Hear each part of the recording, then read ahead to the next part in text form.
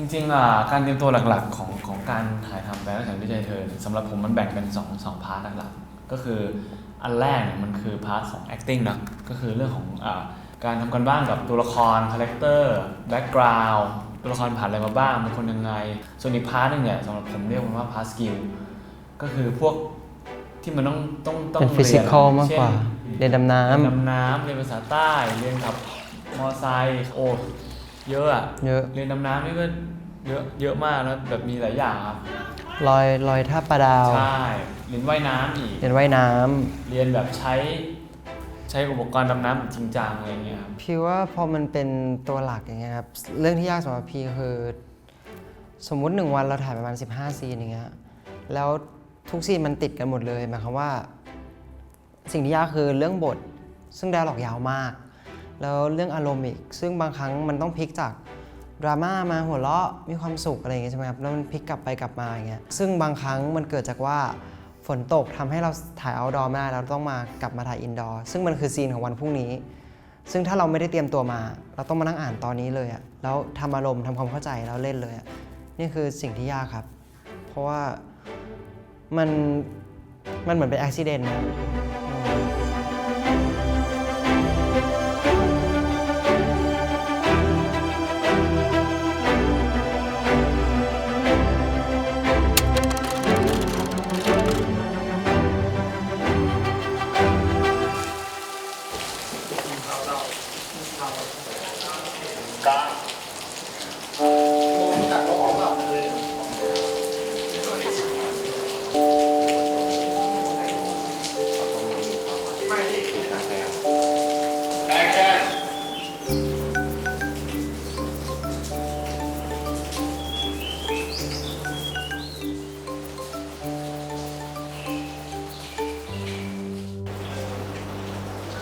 ก็เวลาถ่ายรูปมองกระจกแล้ว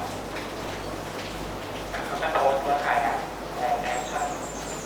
ตอนอ่านบทตอนแรกอะไม่ได้เป็นเสื้อในเป็นทาลิปสติกแล้วพออยู่ดีบทยื่นมาเป็นเสื้อในแล้วก็อ่ะตอนแรกอะเขียนเป็นทาลิปสติกพออ่านเมื่อคืนอะเป็นเสื้อในงงปะงงจริงๆมันจะต้องมีซีนที่ปูมาก่อนถึงจะซีนนั้นมันคือซีนที่เหมือนกับว่าจริงๆตัวโอเอ๋วเนี่ยต้องไปเดินที่ป่าตองแต่ป่าตองมันปิดแบบใช่เหมือนก็มันจะเล่ามันถึงจะเล่าชัดว่าโอเอ๋วไปเห็นสิ่งนี้เลยทำให้กลับบ้านมาทำแบบนี้แต่ว่าพอมันไม่ได้มีซีนปูมาก่อนมันเลยทำให้มันต้องจบในซีนมันต้องชัดว่าจริงๆแล้ว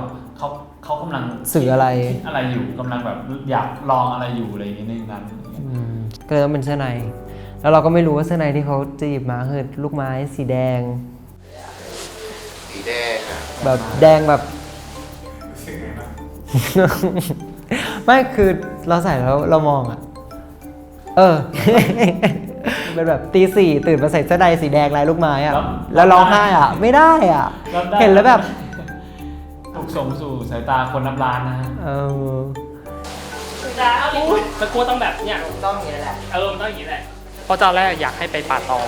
เหมือนไปดูผู้หญิงที่แบบสวยๆแต่งหน้าสวยๆอะไรเงี้ยแล้วก็ซื้อลิปสติกมาทาปากอะไรเงี้ยตอนแรกนะเป็นแค่นั้นแต่ว่าพอป่าตองแบบไม่ได้เลยนะก็เลยแบบจะทำยังไงดีให้แบบซีนมันแบบได้ความคัมมิ่งออฟเอจแบบเดิมอะไรเงี้ยทางด้านเรื่องเพศอะไรเงี้ยก็เลยหรือว่ามันเป็นบิกินี่เห็นผู้หญิงแบบสวยๆบิกินี่แล้วมันก็เลยอยากจะแต่งสวยเหมือนผู้หญิงบ้างอะไรเงี้ยไปก้าว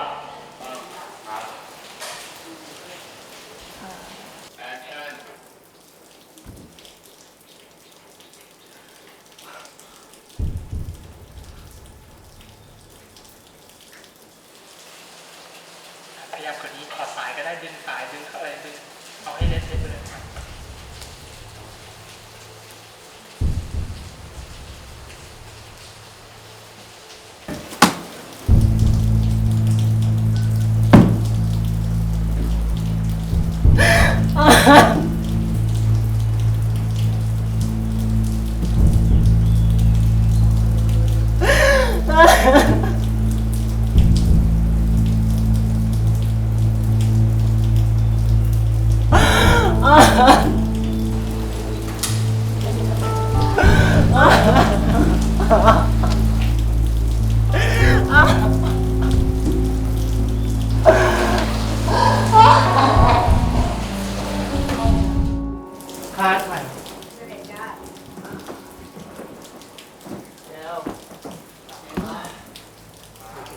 ก็กลายเป็นว่าดีกว่าเดิมด้วยเพราะว่าจริงๆบทก่อนหน้านี้มันปูมาแล้วว่าแบบ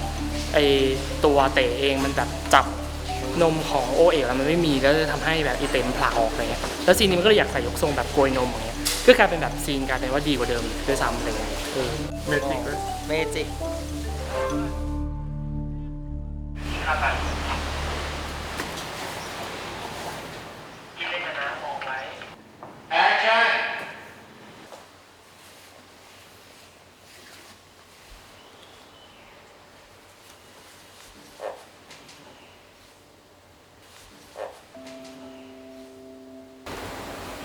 ถึงหลายวิชาเลยปวดท้องไหม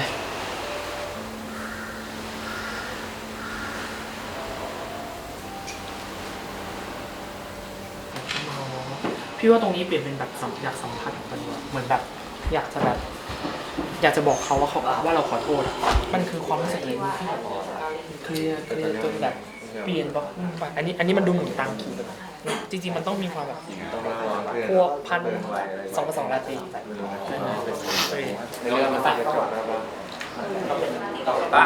ซึ่งฉากนี้มันเป็นฉากที่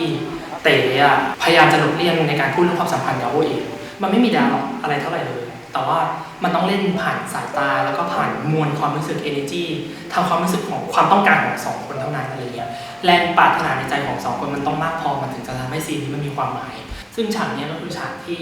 มันเป็นความรู้สึกที่เป็นความรู้สึกที่ห่วงใยโอเอ๋มากกลัวเขาจะสอบไม่ติดกลัวเขาจะอ่านหนังสือไม่รู้เรื่องรวมถึงเราคิดถึงเขามากแต่ไม่ได้หมายความว่าอยากให้เขาต้องมาเจอเราหรือเขาต้องมาเจ็บปวดเพราะเห็นหน้าเราอะไรเงี้ยตัวเต๋เนี่ยที่กำลังจะเดินออกจากบ้านแล้วความรู้สึกก็คือเหมือนแบบมันว้าวุ่นแหละอย่างน้อยๆให้เราได้เห็นหน้าเขาให้นานขึ้นก็ยังดีอะไรเงี้ยตัวละครเต๋มันก็เลยแบบเดินวนไปวนมาดูหาว่าแบบเขาทำอะไรอยู่ยังไงอย่างเงี้ยจนสุดท้ายแล้ววินาทีที่เขาเห็นว่าโอเอ๋วแบบเปิดสมุดมาแล้วก็แบบเห็นโอเอ๋วได้ซาบซึ้งอะตัวเขาก็รู้สึกดีตามไปด้วยอะไรเงี้ยซึ่งจังหวะนั้นเองมันเป็นจังหวะที่โอเอ๋วหันมามองพอดีพอหันมามองเสร็จปุ๊บก็ได้เจอเต๋ก็ทำตัวไม่ถูกเพราะไม่ได้ตั้งใจที่จะมาเจอเขาอะไรเงี้ยแค่อยากเอาสมุดไปให้เขาเฉยๆแต่ในโมเมนต์ที่ของการมองตานั่นแหละทำให้เกิดความต้องการและแรงปรารถนาในใจบางอย่างของตัวละครมันแบบมันไม่ต้องพูดเยอะแต่ว่าจะเล่นยังไงให้เข้าใจมันเลยเกิดการเล่นเกมทางความรู้สึกของทั้งคู่ละว่าแบบถ้าเรามีแรงปรารถนามากพอมันเหมือนเราจะมีแม่เหล็กต่อกันในการที่จะดึงเข้าดึงออกหากันอะไรเงี้ยยิ่งเดินเข้ามาหาลูกโอเอ๋วเข้ามาเรื่อยๆเนี่ยยิ่งทำให้ความรู้สึกแบบเหมือนมันยิ่งยั้งไม่ได้ความคิดถึงมันยิ่งทวีคูณอะไรเงี้ยพีเนี่ยในโมเมนต์นั้นเขาก็อินพอไว้ตามสัญชาตญาณของเขาเนี่ยโดยการที่เดินเข้ามาหาบิลกินแล้วบิลกินก็เห็นว่าเขาเข้ามาใกล้เราเรื่อยๆก็ค่อยๆอยากจะเข้าไปจูบกับเขาแต่ในโมเมนต์ที่กำลังจะกลับเข้าไปจูบเนี่ยพีไม่ให้จูบพีเบี่ยงหน้าแล้วก็เดินต่อไปทันทีโอ้โหมันเป็นโมเมนต์ที่แบบมันสดมากแล้วมันเกิดความรู้สึกของการที่แบบเรารู้เลยว่ามันมีแรงปรารถนาต่อกันทั้งคู่แต่ว่าพยายามยับยั้งพยายามจะยั่วพยายามที่จะเรียกร้องความสนใจมันเป็นวิธีการที่ทำให้ตัวละครเต๋เนี่ยเหมือนทำให้ความรู้สึกมันยิ่งไปขึ้นเรื่อยๆอย่างเงี้ยมันเลยมีเหตุผลที่ทำให้เขาค่อยๆเดินวนไปด้านหลังแล้วก็เข้าไปกอดกันกล้องนี้พูดกันในกล้องตัวกล้องเดียวเลยนะสมมตินี่บิวตี้เดินมาตรงนี้แล้วตรงนี้พี่จะคิวแล้วก็เข้าไป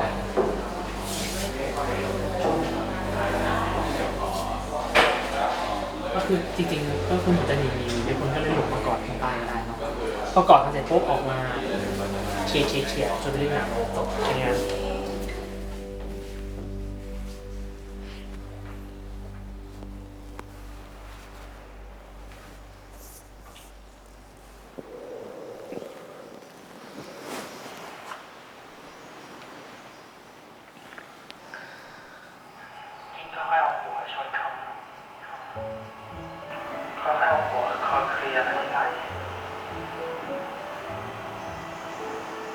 ก็ถือว่าเป็นช็อตลองเทคที่เต็มไปด้วยความอบอวลของแรงปรารถนาอะไรบางอย่างที่ไม่มีไดอะล็อกอะไรสื่อความหมายเลยเป็นแค่ความรู้สึกล้วนๆถือว่าเป็นหนึ่งในฉากประทับใจมากๆในเรื่องนี้ของทั้งหมดของพี่เลยตัวโอเอ๋วอยากมีสถานะแต่ว่าตัวเต๋อยากจะเป็น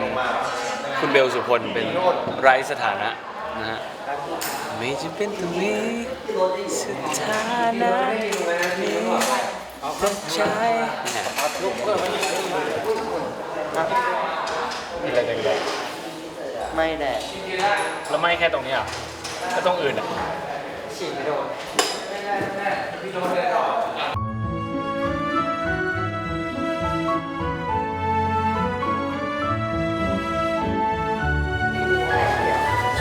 เป็นเดิมเด็ก คนลุกเลยคนลุกอยู่ซีกเดียวอ่ะทั้งขาเลย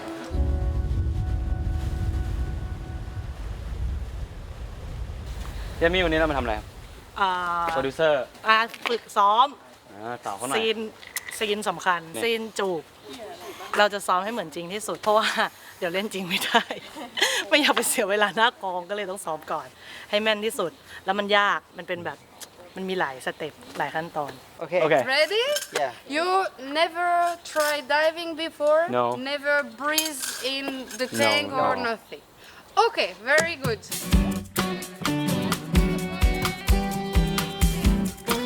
เดี๋ยวนะ โอเค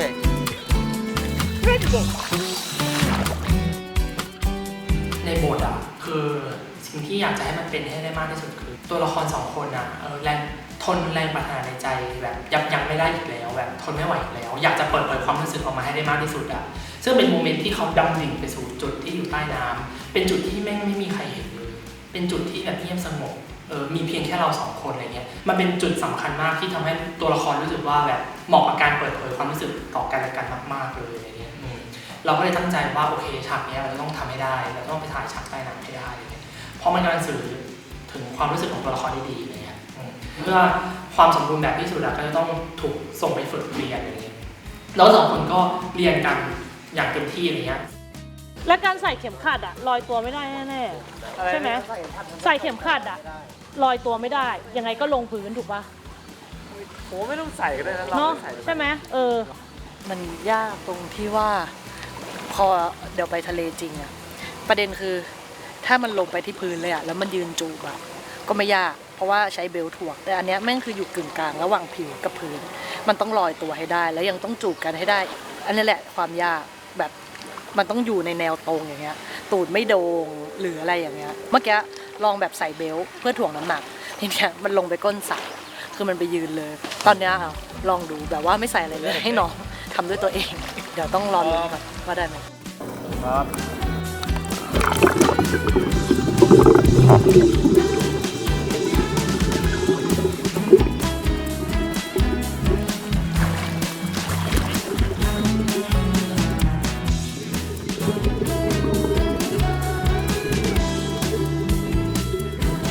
คือความยากของฉากเนี่ยที่เราจะต้องไปถ่ายก็คือว่าเราจะต้องคอนติเนียกับการที่นอนอยู่เหนือน้ำเพราะว่าแต่เราเองเนี่ยต้องนอนเป็นปลาดาวด้วยกัน และในขณะเดียวกันเราก็ต้องถ่ายใต้น้ำด้วยซึ่งจริงๆแล้วมันเป็นซีนที่เชื่อมต่อกันทันทีแต่ในแง่ของการทำงานจริงๆนะด้วยทะเลที่คลื่นมันแรงมากอะไรเงี้ยแล้วการนอนเป็นปลาดาวมันจะแบบโซซัสโซเซแล้วก็แบบจังหวะมันจะไม่ได้อะไรเงี้ยเราก็เลยตัดสินใจหาน้ำที่นิ่งดีกว่าอะไรเงี้ยตัวพี่ก็เลยไปลองถ่ายที่ท่าเรือมันจะมีแอ่งน้ำอยู่มุมนึงอะไรเงี้ยพี่ก็เลยแบบเลือกท่าเรือตรงนั้นหามุมแบบน้ำนิ่งๆแล้วก็หลอกถ่ายตรงนั้นเอาเป็นนอนปลาดาวตรงนั้นอะไรเงี้ย พอแล้วพี่หมุนขาให้ถูกทาง กูกลัวเร็ว มันตัวปลาเร็ว ยังออก ๆย่าออกมา ตรงนี้มีปลาตัวใหญ่ด้วยโอ้ยกดจะช่วย เอาหัวไปฝั่งนี้เอาเท้าไปฝั่งนู้นใช่ใช่ กินปอบมันหน่อย อย่ากลัวปลาดาวเร็ว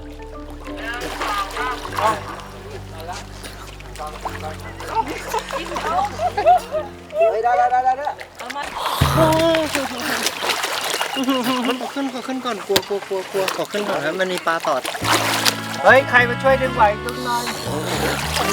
บอสพูดได้เลยบอส พูดได้เลยกินเราอยู่ตรงนี้ ขอโทษเมื่อกี้หนูกลัวโดนอะไรมันหลังอ่ะ หนูกลัวเลยปลาตัวนิดเดียวก็มาตอดทักทายเฉย ลองนะว่าปอเชิญ ออกจะน่ารักเป็นปลานีโม่ อุ่มกลัวจะร้องไห้แล้ว พีพีอันที่สำคัญที่สุดอะคือพีพีทำให้ได้นอนได้ปลาดาวไปเลยเมื่อกี้มันขามันต่ำไปเนาะจริงๆแล้วเดี๋ยวมันปล่อยไหลไปเรื่อยๆพีพีต้องพยายามทำให้มันเป็นปลาดาวนะไป นี่ตอนนี้มันคอขามันได้ นะครับ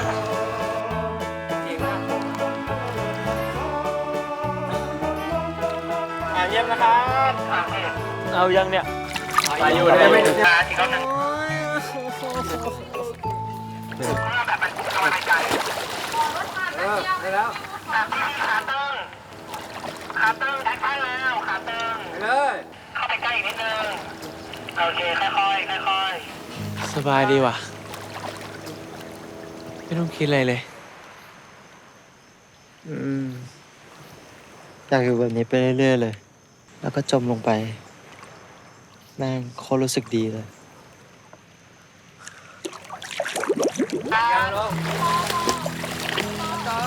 น้ำมันเข้าไปแบบปากแล้วแบบออกมาจมูกเลยอ่ะ ดูหน้า ซีเมื่อกี้เป็นไงบ้างครับที่ถ่ายไปครับน้องแบบเต็มที่มากก็คือได้เหมือนที่คิดนะแต่ว่ายังถ่ายไม่เสร็จยังมีคัดกว้างที่ยากกว่าเมื่อกี้นิดนึงเพราะน้องต้องว่ายออกไปไกลจากจุดเดิมหน่อยนะครับต้องใช้พลังงานเยอะกว่านี้ซึ่งก็เมื่อกี้บิวกี้มันก็แบบแสบตานิดนึงแล้วก็น้ำเข้าจมูกอะไรของมันนี่แหละแต่ว่าเดี๋ยวต้องรออีกทียังเหลืออีกหลายช็อตพอลงไปใต้น้ำเสร็จปุ๊บอะใต้น้ำตรงนี้เราต้องไปถ่ายที่ทะเลที่หนึ่งซึ่งเราตัดสินใจที่จะไปถ่ายที่เกาะราชาพอเราเห็นใต้น้ำของเกาะราชาจริงๆอะคือมันแบบมีปะการังเล็กๆน้ำค่อนข้างใสแล้วรวมถึงการถ่ายทำอะมันติดกับชายหาดมากๆเลยแบบเราเดินทางไม่ไกลอะไรเงี้ยออกจากหาดนิดเดียวอะมันแบบน้ำมันลึกแล้ว 3-4 เมตรแล้วเราก็ถ่ายใต้น้ำในปะการังได้ด้วยอะไรเงี้ย ทุกวันครับปรึกษาแล้วเด็กครับ เราจะรู้ได้ไงว่าเด็กมันไม่ไหวแล้วมันต้องขึ้นนะฮะไม่ทำอย่างนี้ไหม ถ้าน้องรู้สึกว่าไม่โอเคแล้วอยากจะขึ้นแล้วสัญญาณอย่างนี้นะคะไม่โอเคอยากจะขึ้น เราไม่สามารถขึ้นได้เลยนะคะเดี๋ยวครูทีมซัพพอร์ตจะเอาชุดให้เราใส่ก่อนหายใจเข้าออกธรรมดาแล้วก็ขึ้นเราอาจจะขึ้นทันทีทันใดไม่ได้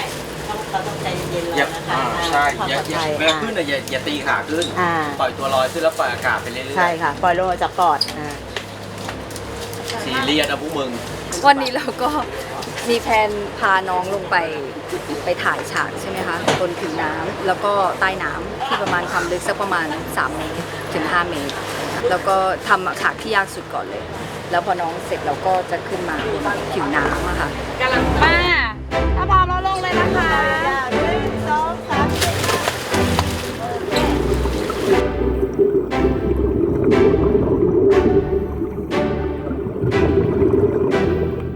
พอน้องเริ่มแบบ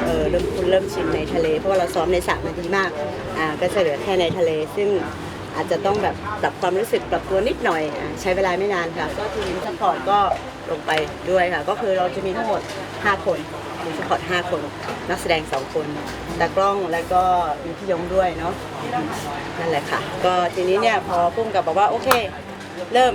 แล้วก็ค่อยๆสัญญาณกันเนาะปกติที่เราซ้อมในสระเนาะเราก็คือจะถอดชุดก่อนถอดชุดสกูบาก่อนพอสักแป๊บก็ถอดหน้ากากพอเสร็จหน้ากากปั๊บก็ให้น้องหายใจเข้าออกสัก 3-4 ทีแบบพร้อมแล้วก็ถอดเบรกออกจากเนี้ยน้องก็เริ่มแสดงฉากที่กลุ่มกับบรีฟมานะคะเราเอาไปอยู่ด้านโน้นแล้วเรายิงแบบให้ปอกกามันเป็นปะการังเยอะๆเราเพราะว่าเหมือนตอนนี้เราทำให้มันเป็นเขาแบบอยู่ใกล้พื้นมากไม่ได้อะไรอย่างเงี้ยนะพี่การทำงานก็คือว่าจะมีทีมงานส่วนหนึ่งอยู่บนเรือเพราะบนเรือเราจะมีอุปกรณ์ทุกอย่างอุปกรณ์กล้องอุปกรณ์ไฟรวมถึงอาหารการกินทุกอย่างจะอยู่ในเรือใหญ่ที่เราเดินทางมาจากฝั่งเมืองซึ่งเรือนี้จะอยู่ประมาณกลางทะเลเพื่อแบบเราหยิบของใช้อะไรต่างๆจะได้สะดวกแล้วมันก็จะมีทีมงานอีกชุดหนึ่งที่จะไปอยู่ที่ฝั่งชายหาดเพราะฝั่งชายหาดเนี่ยมันจะเป็นฝั่งที่ใกล้กับจุดที่น้องได้ถ่ายทำจริงๆอะไรเงี้ยฉะนั้นเมคอัพหรือสไตล์ในทะเลก็จะอยู่ฝั่งนั้นเพื่อแบบมีการช่วยกลบคอนซีลเลอร์อะไรต่างๆจะได้ง่ายฉะนั้นทีมงานเราจะแบ่งเป็น2 ชุดโดยที่เรือใหญ่อยู่ตรงนี้ทีมงานชุดเล็กจะอยู่ที่ชายหาดนี้ส่วนน้องจะถ่ายทำตรงนี้บอกว่าตำแหน่งนี้ปากไม่เป็ดหลับตาไว้นี่แหละปากนี่แหละกว่านี้แอคชั่น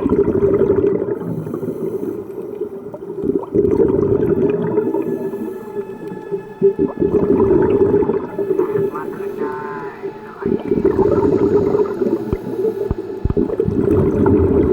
ต่อไปเข้าดูชาร์จ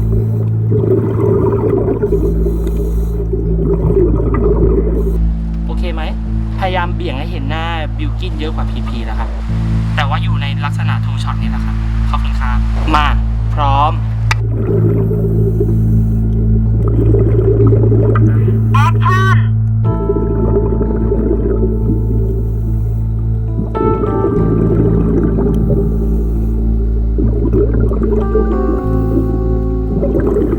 ค่อยๆออกมาช้าๆช้าๆมองตากัน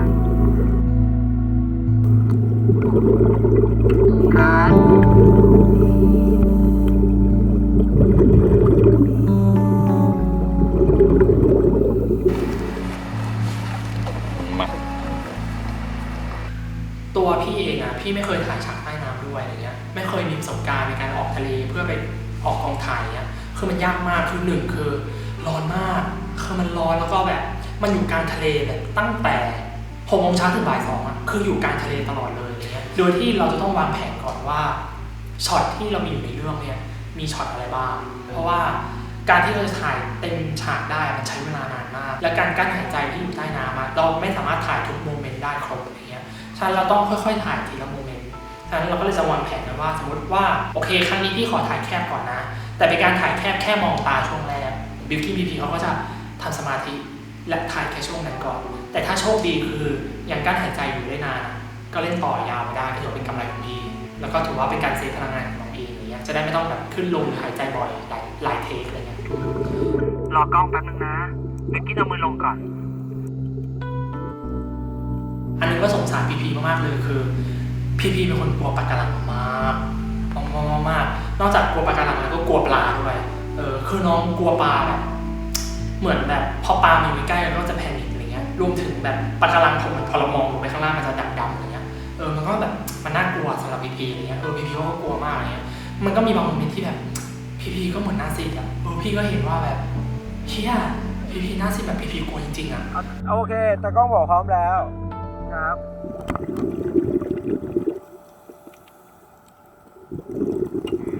โอเคแอคชั่น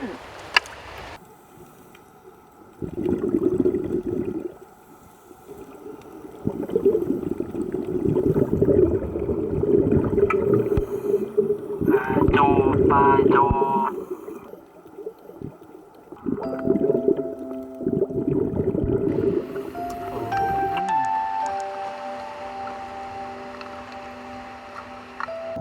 ที่ยากสำหรับพี่อย่างคือเรื่องดำน้ำเพราะว่าพี่เป็นคนที่กลัวปลากับปะการังมากพอมันไม่มีคอนแทคเลนส์ใช่ไหมฮะมันก็ทำให้เรามองเห็นพวกแบบปลาพวกปะการังอะไรอย่างเงี้ยไม่ชัดแล้วคือเรากลัวอยู่แล้วพอเรามองเห็นมันไม่ชัดอะเรายิ่งกังวลไปอีกว่ามันใกล้เราหรือเปล่ามันอยู่แถวนี้หรือเปล่าทำให้รู้สึกแบบกลัวมากแล้วก็แพนิคมากจัดการกับสิ่งนี้ร้องไห้ก็เสร็จมาก็ร้องไห้เลยไม่ไหวไม่คือจริงก็ทำไงก็ต้องทนก็ต้องอดทนนะก็ต้องสู้มันไปการที่เราอยู่ใต้น้ำเนี่ยมันไม่ได้เหมือนการถ่ายทำบนบกเลยเพราะว่ามันใช้พลังคูณ10คูณ20คูณ30เลยอ่ะเพราะว่า1คือเราจะสื่อสารผ่านสายตาก็ยากอยู่แล้วแต่ว่าการที่อยู่ใต้น้ำเนี่ยเราต้องสื่อสารผ่านสายตาและกั้นหายใจด้วยและจูบกันด้วยอะไรเงี้ยโมเมนต์มันต้องดีมากอะไรเงี้ยน้องก็จะต้องแบบฝึกมาอย่างเต็มที่เพื่อจะได้ถ่ายฉากใต้น้ำ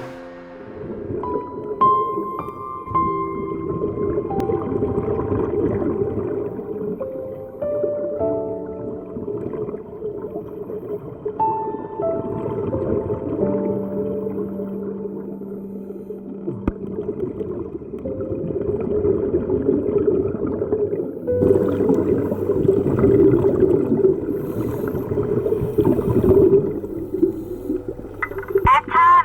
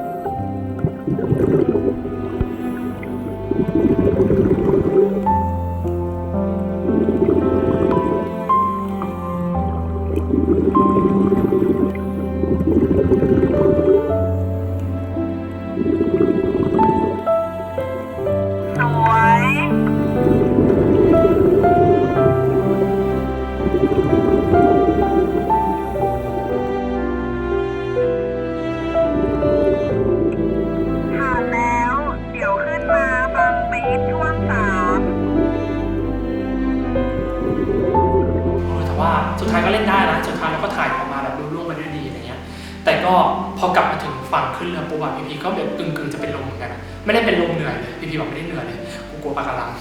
ก็คือแบบก็ถือว่าผ่านมาได้นะจ้าผ่านมาได้ด้วยดี นี่หายกลัวปลายังหายกลัวปลายังหายกลัวอะไร กลัวอะไรแทนผมไม่เสร็จ ตัวน้ำใหญ่มากนี่ใหญ่มาก ตั้งระบา นี่ดูโอ้โหเต็มเลย เยี่ยมเลยแกงจับแกงกันเลย